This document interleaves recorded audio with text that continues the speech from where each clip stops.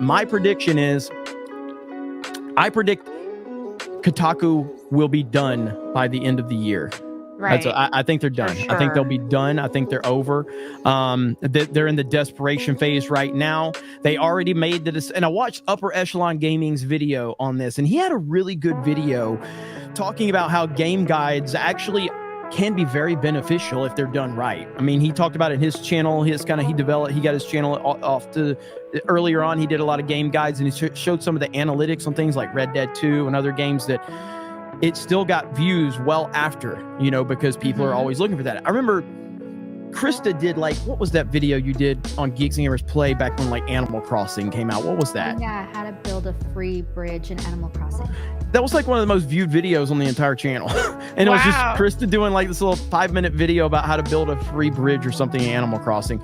And you do stuff like that. And the fact that these Kotaku people basically had a meltdown because the company told them, hey, you've got to actually play games for your job. And they're like, what? What? No, we need to go after Melanie Mac. That's what we have to do. Do you think it's going to be sold, rebranded, or just completely just say, well, I think that let's just close the books and be done with the whole thing? I think they will probably would sell it. I mean, hell, Ripa wants to buy it.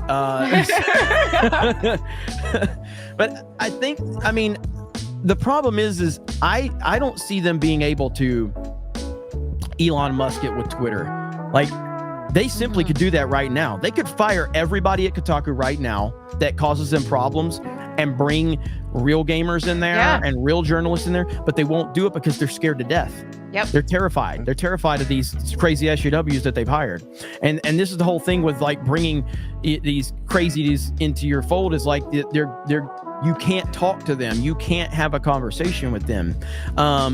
And that's why when people want to say stuff about Geeks and Gamers, and I know people say stuff about Ripa and all that, nobody that's an actual social justice weirdo would actually join G&G.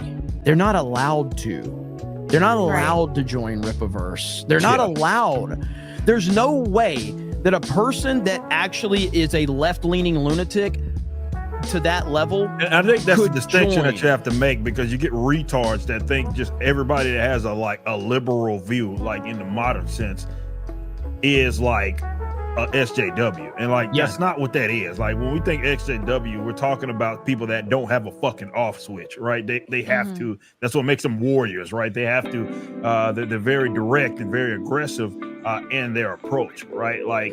And you've talked about this, Jeremy, and how G&G fucking Uche. Right? G&G had Uche. Uche obviously leaned a different way. Everybody knows him and I fucking argue all the fucking time about that. But we were able to, G&G was able to obviously coexist. And that's more or less what it's about.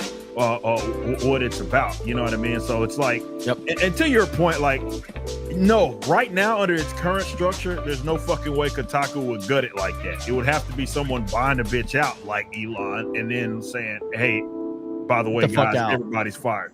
Get the fuck out. Right. Your email will only work for the next 30 minutes, so you can read that you're fired.